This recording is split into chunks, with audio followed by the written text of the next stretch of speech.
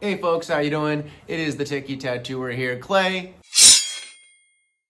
And in today's video, we are going to go over how to build fine line tattoo sleeves. I had a client, not a client, a viewer ask the question in a comment, and so we're just gonna go ahead and do a video on this topic, and yeah, let's just jump right into the iPad to get straight to it, folks. All right, so what I've done is just gotten a bunch of fine line style designs from the internet, just a Google search, and sort of done them in like 3 layers here to kind of get the base ideas for how to design the fine line tattoos, and then in my personal opinion, what the breakdown is for the fact that most fine line tattoos don't have backgrounds, and kind of what that does look like, or when a fine line tattoo does have a background, as it were. Yeah, and that's sort of how these are broken up here. Is the first line here is the obvious floral tattoos that are really sort of just on one layer. Right, and that's kind of that thing that you can think about, is that, you know, in art you have your foreground, your midground, and your background. But in a lot of fine line tattoos, there really only is the foreground, right? This tattoo only kind of has 2 layers. It has a foreground and a background, where the background is all of these little black leaves, right? And they're used in the gap areas to darken up and sort of frame the really, really light, delicate floral pieces, the really delicate flowers. And for the most part, it's open skin. And that's what you're gonna see in a lot of fine line tattoos, is tons and tons of open skin and very little background work, and very much just sort of a one image layer, right? And not so much of that foreground, midground, background kind of thing. And these floral pieces do a really good job of outlining that. So when you're designing a sleeve like this one, for example, or any sleeve rather, you break things down into the core sort of component pieces. And what we're looking at here is a flower here, that's the main focal point. We've got a flower here, that's also the main focal point. And then we've got kind of this lower flower here that extends down onto the handpiece, which is another focal point. So really, we've got 3 main focal points, and possibly even a 4th one here with this guy back here leading up to the shoulder, but I'd have to see it from a different angle to really confirm that. So when we look back, right, on a smaller image, that's 100% what we get. Is we get boom, boom, your eye is immediately drawn here, next it goes here, and then finally you go to this last flower, and then the petal explosion, or whatever you want to call that, floral explosion that goes beneath it. And with any sleeve, that's what you're doing. You're choosing core elements to focus on in sort of these core areas, right?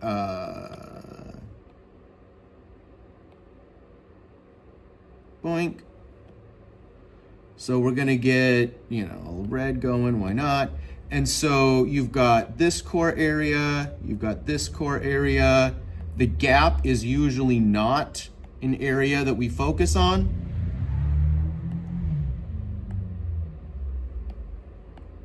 This area, and then of course the hand.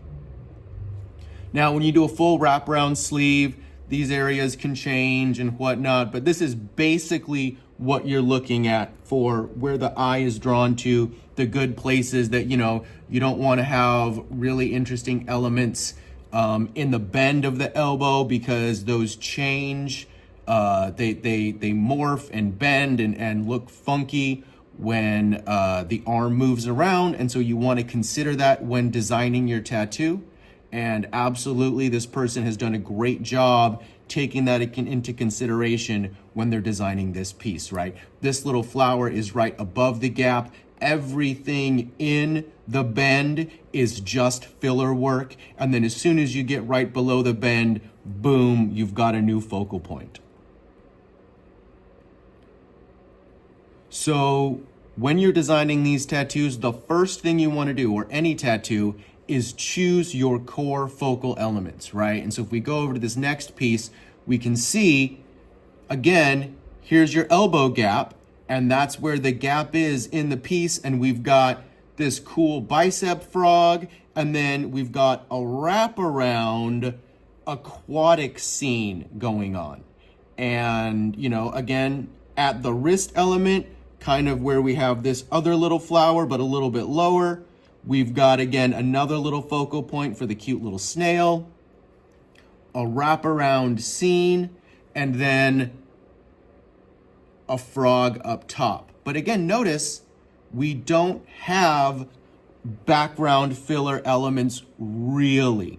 Again, we've got sort of just two layers where we've got these fish in the foreground and these lily pads. I'm not really sure what sort of aquatic flowers those are, aquatic plants they are. But even though it is kind of two separate layers like that, it's not actually really two separate grounds, or right? It is one sort of layer. This frog as well, yes, it absolutely has these background petals supporting it, right? But we still only have kind of like two layers of elements. We don't have multiple layers of elements. All this little inside stuff isn't filled in with black or anything like that. They've just got cute little dots floating around for like water bubbles or whatever else you want to have that. And you'll see that a lot in fine line tattooing, is tons of open skin and only a few layer elements, the minimal layering as possible. Here again, with another floral piece, you're seeing that same sort of thing where, yeah, we've got a little bit of this sort of petals or leaves being these background elements, and they're darker, and they frame the very, very light, mainly open skin flowers themselves. And again, also, we've got sort of a bicep focal piece, a shoulder focal piece, one little element down here as an extra, but again, the gap is missed. And then we've got two elements for the forearm. And again, as this thing wraps around, they're staggering things, so it's not just a band of flowers all at the same level, but it's still sort of following those same basic rules of, we've got this area, they've broken this area up into two, right? Gapping through here, and then the two forearm element areas as well. And that's how you're gonna break it down and design a sleeve that works really, really well for accentuating the shoulder, right? You know, here they've done a really good job of staggering this. So this is on the back here, right? And then this flower absolutely shares the shoulder element. So you can kind of think of this as like one tattoo where it's a cute little sparrow and rose. And then this is its own little rose here. But notice how they've got a second rose, again, staggered from this, creating a nice little zigzag design. But it's also sharing this same mid bicep range for its housing, right? For where it belongs on the body itself if you break it down into a body map.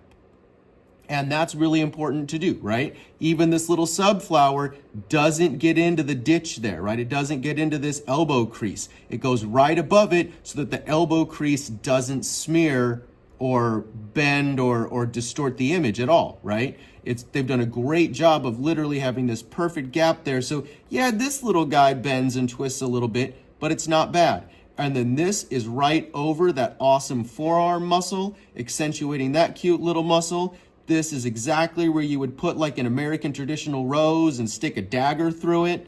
So they're using a lot of these classic design elements. And that's why I'm saying that, yes, this is how you design a fine line tattoo, but all of these rules, aside from the no background and single layering, absolutely can apply to a bunch of different tattoo styles. So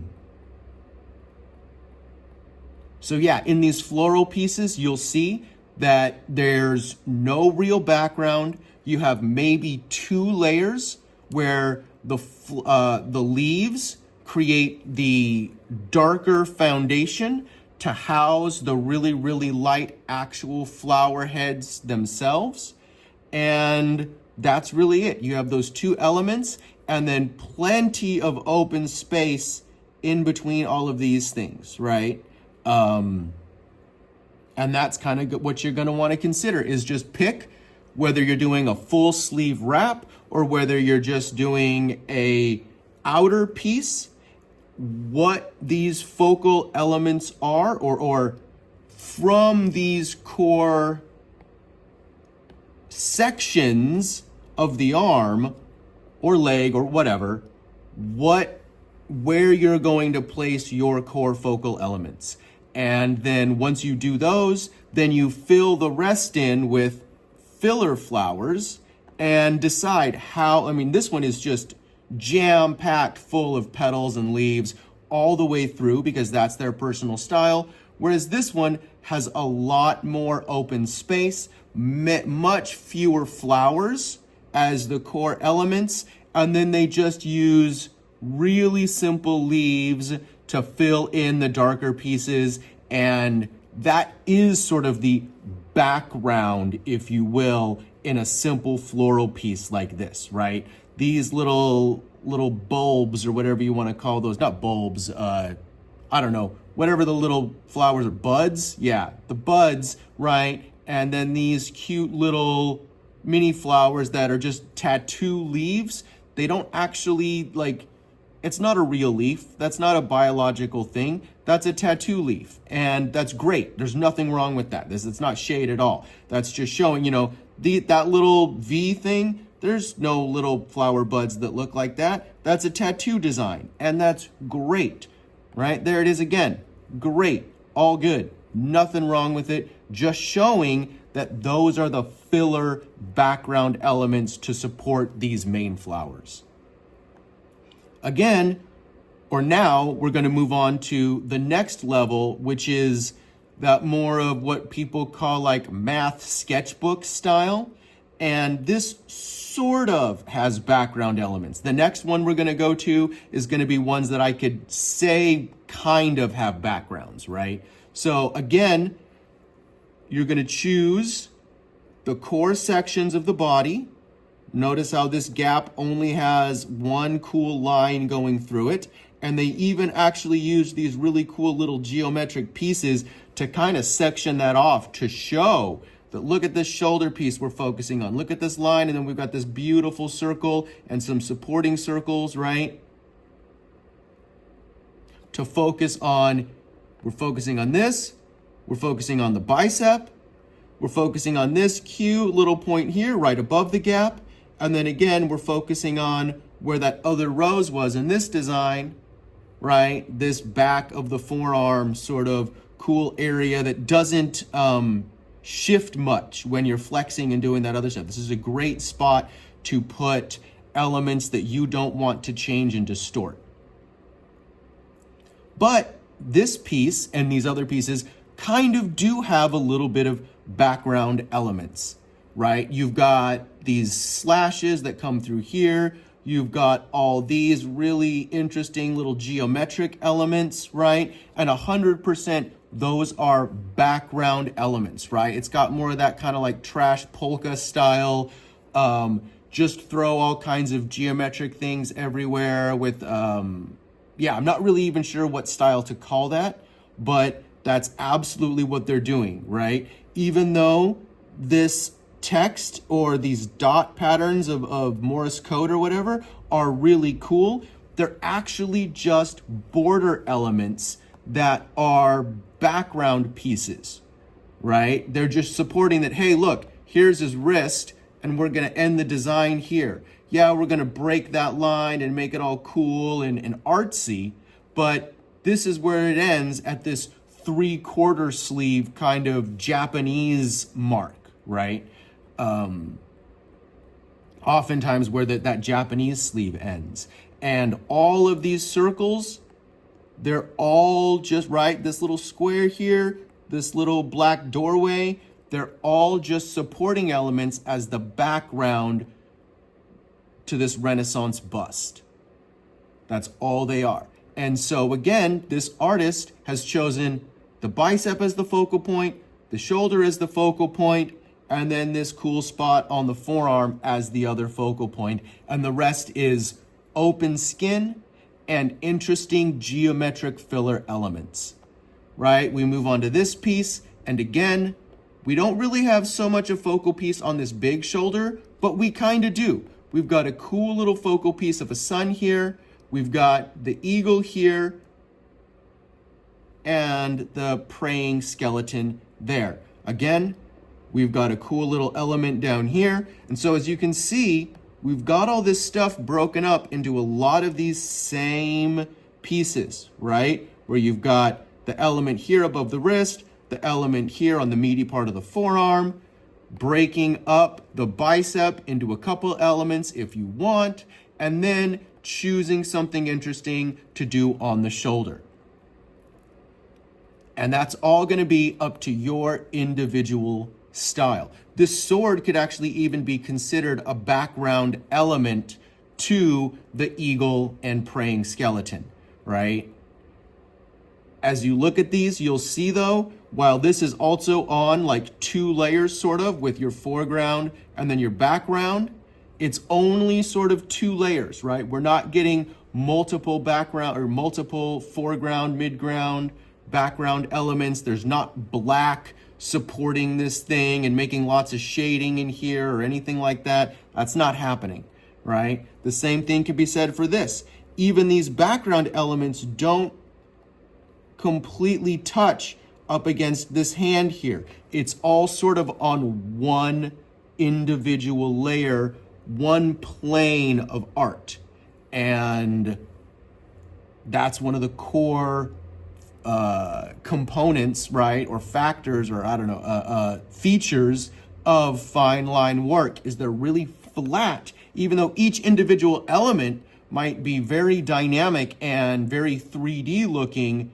It's in a placement with other elements that share equal space on the design plane.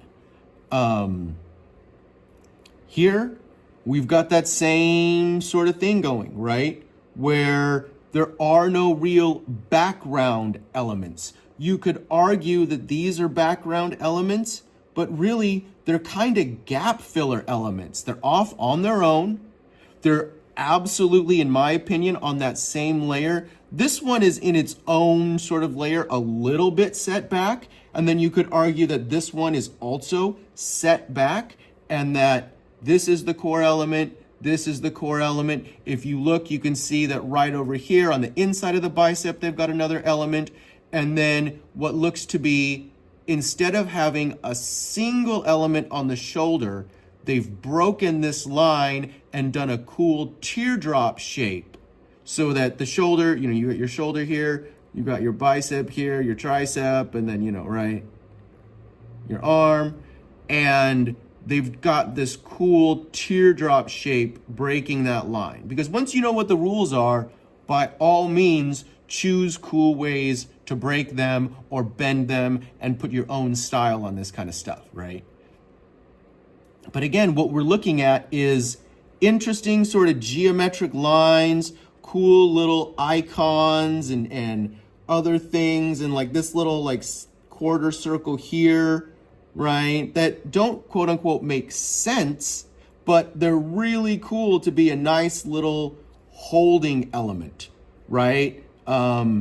This little guy here, right? He's got these 4 little points that come off it, making it all like starry and really cool off whatever that kind of mandala floral shape is. But maybe we've got 2 layers, you could argue, with this shape and this shape, but I would argue that this is all on one plane. Again, that it's one focal plane for all of the art to exist on with equal precedence for its ability to draw your eye to it. Now, of course, the first things your eye's drawn to is the octopus and the jellyfish. But this is a really cool element, and it has equal focus as the octopus itself. Yeah, so that's those pieces. That's how I break that down and think about creating fine line sleeves. You pick cool areas on the body, you pick main images, and then in these examples, you've got geometric and really fun, sort of, again, trash polka, but more artsy lines that could be said did not make sense, right? But that's why they call it, math book style or whatever they call it, geometry book style. Now, we're on to the pieces that I can say absolutely have background elements, right? This is a really cool piece. I really like it. It borders on sort of black and gray trash polka with no color, right? And you can tell because it's got this cool little dither pattern that's super popular in trash polka. And you can tell it's got more of a trash polka vibe because of how stacked these elements are. And while they look like they're on one plane, they're much more stacked like a trash polka layout, where you've got this piece on top of the Roman face, then you've got the dither work on top of that, right? You've got the DNA strand floating behind it. This other, I don't know if it's a Metatron or what, some kind of weird mandala piece going on in there. You've got this is the Metatron. This one right in here, right? And then how this one is in the foreground, this weird little fingerprint dot. This one's in the foreground, sort of. This little fingerprint dot's in the background behind these cool black foreground elements, right? That go over the the Roman head idea. You've got these cool barcode lines. So this one has a much more digital art feel to it, where it's combining new school digital stuff like number 23 and number 27 and circuitry-like looking lines and, a helium symbol or whatever that is, with old school organic eye. Beautiful floral, I don't know if that's like a laurel leaf, right, to go with, right? You could kind of argue that these are like laurel leaves like they do in the classic Roman style, for the Roman crowns, right? Those little Roman crowns, however those things look. That's what I would argue that those are representations to go with this cool Roman face. And then we go pure digital down in this area. Again, these are just stylistic choices where they're blending futuristic and old school elements, or organic and mechanical elements, sort of, if you want to think about it that way. But if we look at it, you've got the shoulder focus piece, you've got the bicep focus piece, a nice gap for the most part right in here, and then another cool focal piece right on that meaty forearm section. And that's how you're gonna see most of these tattoos broken down. This one is a lot more straight line in the core elements that are kind of stacked up against each other, but you don't notice because they've got a great, right, like zigzag kind of thing going where this zigzags to here, to here, to here, here, right? And so you've got really interesting elements all over the place that draw your eye to all these zigzaggy sort of locations on the body, so that way it doesn't feel like it's an eye stacked above a head, stacked above some piece of code on their arm. And so this is a really chaotic, Much more, again, trash polka style design for a fine line piece, but I really like it and I wanted to use it as an example of creating in a fine line style what background elements would be, right? Notice how they did use a nice thick bar here to frame in this guy's chin, right? You don't get that a lot in fine line work, and that's why this is some interesting design choices on their part. There's a really good tattoo artist, a really good designer. I didn't look up any of the people's names. I just grabbed a bunch of stuff on the internet, but this is a really well-designed piece, and I really like it. Again, another really well-designed piece, and when we break it down, we actually kind of have an empty shoulder, but if you look, this guy's nestled to frame the bottom of that shoulder muscle really, really smartly. This is the focal element here where you've got the two, I'm going to call them sparrows, but I don't know, right? With this all-seeing eye. You've got another one of these like Metatron-y mandala designs in the gap here, which I personally wouldn't have done, but it looks like they did a really good job of placing it outside of the crease.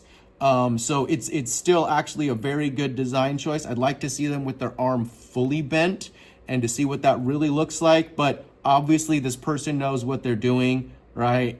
So I'm not actually like really criticizing. I'm just having an opinion, but this is an amazing piece. Again, when you break it down, you've got your two elements on the forearm, right? You've got this big focal point here in the meat, and then that subfocal point right above the wrist.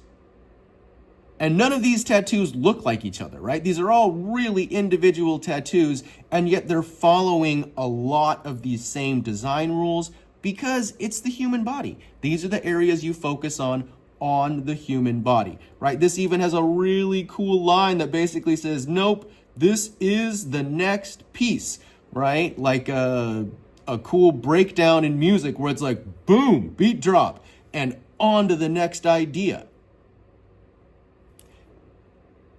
This does have cool background elements though. This does have interesting stipple shading, right, around these core pieces that you don't normally see in fine line tattoo work. And that's why I brought this piece out. That's why I think it's really cool. Because you've got this awesome Roman bust again, and then instead of just having one halo around it, they've gone super cool with two different halo circles, and then two little sub-halo circles, but then they followed classic black and gray tattoo theory where they have actually shaded right up against these two lines and added these dot work background elements, right? And it's really, really, it's a great technique. It absolutely draws really cool focus to this. And what you're seeing is a light medium gray going to absolutely pure white and then going to a dark bold gray. And that, right, you've got your color, no color, dark, awesome striping in this design to allow the eye to be drawn exactly where the tattoo artist wanted your eye to be drawn. So yeah, like this is a really well-designed piece. The fact that they chose to do color gaps in here in cool artistic ways, how this isn't colored in, and they did the same thing in the wings where they took cool geometric slices out, right? And this isn't colored, and then this isn't colored here with just weird hard lines that don't technically make any sense, but are awesome artistic choices. Really well designed piece. But again, the filler is these just interesting geometric lines, right? Interesting, just schmutz almost, right? Like this looks like kind of like a star constellation map. And I don't know if these are like actual words or if he's just doing dots to make it look like fake text. I can't tell if this is like a brain or whatnot, but really cool design.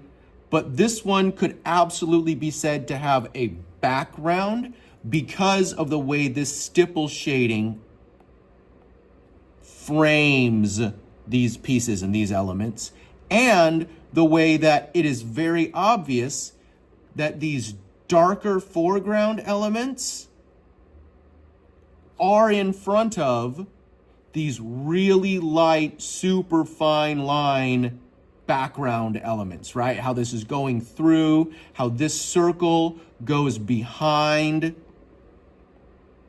the fallen angel, right? But not only does it go behind the fallen angel, it perfectly frames the two sparrows and the all-seeing eye. Very, very cool, very well-designed piece. But yes, this is much more what I would consider background elements in a fine line design. But again, you only have your two focal fields. You've got dark elements in the foreground this time, because that's technically how reality works, is the things in front are darker and the things that go off into the distance are lighter in reality. That's not actually oftentimes what we do in tattoo work. Oftentimes what we do in tattoo work is use black as the background element because it makes the eye drawn to the light, bright areas that are popping. But this person is a real artist, probably classically trained on some level, where look at all this heavy black they've got going on in the back of this neck and in this butt thigh area. And then they do this amazing choice where they cut out a completely white area to starkly stand out up against the black, black, black of the butt thigh and the black, black, black of the back of the neck. I could break this piece down for you all day long. Really interesting choices all around in every element of this tattoo. But again, when we zoom out, you've got core piece here, core piece here, core piece, and core piece. Again, following those breakdown lines that all of these pieces follow. Lastly, we've got this guy. Again, I think you can see that we're at one plane for the most part, but we're following all these same rules. This one does have sort of a gap piece that kind of breaks that rule of not having anything in the elbow crease, but again, it sort of doesn't because it's right up above it. And because I can't see the element, I'm not really sure what's going on with it, but I'm going to assume because of the quality of this piece that they know what they're doing, and it's awesome. Because if you look at how this cool little line actually frames the fact that they don't have anything on the elbow, but still makes it look like the elbow's tattooed. That client is going to be super happy with the fact that they didn't blast over his elbow with something, and yet it may also doubly works as a perfect frame for the triple sword element right here on the meat of the forearm. And then of course we've got our just above the wrist focal element piece. And then I'm going to assume that there's something up here that's also another focal piece of the tattoo. And then they gap to have a focal piece here and a focal piece back here so that you've got a focus, zig, zag, zig, zag. And then yes, these are stacked directly on top of each other, but it looks great. There's nothing wrong with that because this is a more geometric layout, right? How they've got these straight lines all through it, how they've got this cool little wing and some kind of text about talking about how to build this wing because it's some kind of schematic. Really cool. Also, I brought this in because you're seeing actual blacks or grays being used to whip out, stipple shade out background elements, right? He's got this just whipped out right here. He's got cool little whip outs around the sun, circle, whatever, focal point in this crossing of the swords. You've got really cool whip outs coming up here to focus on and frame this cool circle above this all-seeing eye. But so much open skin, so much just basically one layer of art, not a whole lot of background elements. You have framing elements, but not a lot of layering, as it were, just because that's the style. And so, yeah, that's how you're going to break down designing a fine line tattoo, is whether you're doing floral work, whether you're doing aquatic work, whether you're doing this crazy geometric style. Find your core elements of the body that you're going to focus on: the shoulder, the bicep area, the forearm. Pick your main focuses, right? Pick your main focus elements, and then design filler that is, depending on the style, cool little geometric lines, fun little mandala looking boxes and whatnot. Whatever it is, you're going to have to practice with your own style, and that's where you do develop your own style. This, I think, is more of like an etched tattoo style. You can look up etching style tattoos and get a feel for what those are. Actually, you can tell that this is probably done by a separate artist and a different tattoo. And this tattoo artist is probably really awesome that they came to them with this one tattoo, and so they stuck these other cool vertical word elements in to blend this probably pre-existing tattoo into this design. Like, that's why I chose these pieces. They're all obviously done by really, really good artists, that this is a core style that they do. So it's very good choices, great pieces to study. If you have any questions, please leave me a message in the comments. I would love to answer them, but that's really it, right? Understand human anatomy, what the core pieces are, what the body looks like, what it bends and twists and rolls around, and how that's going to affect the piece of art you've decided to put at that section, and if that needs to be moved around. And yeah, depending on how full you go, you may be able to design these pieces piecemeal. Like this piece could absolutely be designed piecemeal, where this could have been one tattoo, this could be an addition to the tattoo, this could have been its own little piece designed all at once, right? And you could design these to go individually or all at once together as a sleeve. This, to me, looks like it was also designed as a forearm piece, and then they stuck the frog above it. But because they stuck these cute little water lines in and got those to sink into the other design, whether this one was original or this one was original, I'm not sure, but it looks great. And there's all kinds of ways that you can use to blend those in. This can be done piece by piece, right? This is one core piece here, right? And then this is one core piece here. This is another piece here.